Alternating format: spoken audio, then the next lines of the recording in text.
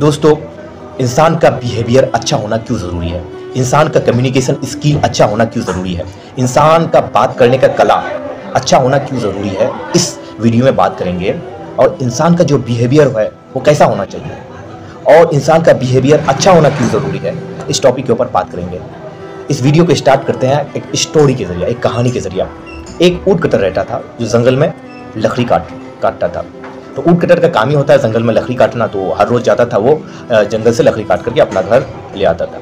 तो उसका दोस्ती, ऊँट कटर का दोस्ती एक शेर से हो गया था। जो जंगल में शेर होता है उससे दोस्ती हो गया था। बोलते हैं ना, एक गहराई फ्रेंडशिप हो गया था, एक गहराई दोस्ती हो गया था, एक डीपली फ्रेंडशिप हो गया था। किससे? शेर से, ऊँट कटर का।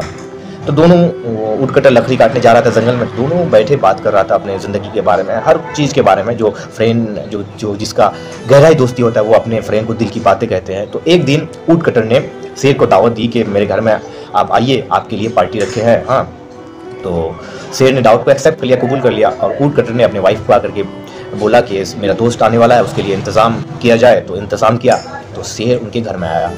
तो ऊँट कटर की बीवी ने शेर को देख लिया। देखने के बाद अपने हस्बैंड को जाकर के बोले, ये दरिंदे आपका दोस्त है, ये जानवर आपका दोस्त है, ये गोश्तखोर जानवर आपका दोस्त है, ये जंगली जानवर आपका दोस्त है, ये दरिंदे आपका दोस्त है। ये सारा बातें शेर सुन रहा था। जो उसके ऊँट कटर और उसके वाइफ के दरमियान ये सारा डिस्कस हो रहा था, ये सारा डिस्प्यूट हो रहा था। ये सारी बातें ऊँट कटर, ये जो शेर होता है वो सुन रहा था। तो शेर ये सब बातें सुन करके वहाँ से निकल गया जंगल की तरफ। तो शेर जंगल की तरफ बहुत उदास होकर के निकला, बहुत मायूस होकर के निकला। तो ऊँट कटर दूसरा दिन लकड़ी काटने गया जंगल में। तो जंगल में जब लकड़ी काटने गया तो शेर वहाँ पे मायूस होकर के बैठा हुआ था। तो ऊँट कटर ने बोला शेर को कि मैं जानता हूँ कि आप हमसे बहुत गुस्से में हैं। तो शेर ने बोला कि आपके पास जो कुल्हाड़ी है, हाँ, जिससे आप लकड़ी काटते हैं, उससे मेरे पीठ में मारो। एक बार नहीं सुना ऊँट कटर ने, शेर ने दूसरा बार बोला, हाँ, कि जो आपके पास कुल्हाड़ी है उस कुल्हाड़ी से हमको मारो। तो ऊँट कटर ने फिर भी नहीं सुना। जब तीसरी बार शेर ने बोला कि आपके पास जो कुल्हाड़ी है उस कुल्हाड़ी से मेरे पीठ में मारो, नहीं मारोगे तो मैं आपको मार दूंगा। तो ऊँट कटर ने ये सारी बातें सुन करके उसके पीठ में मार दिया कुल्हाड़ी। तो शेर कुल्हाड़ी मारने के बाद उसके पीठ में, जो शेर का पीठ है वो पूरा जख्मी हो गया। तो शेर वहाँ से निकल गया। निकलने के बाद तकरीबन 2 साल बाद शेर वहाँ पे आया ऊँट कटर के पास। 2 साल बाद फिर उन लोग का मुलाकात हुई।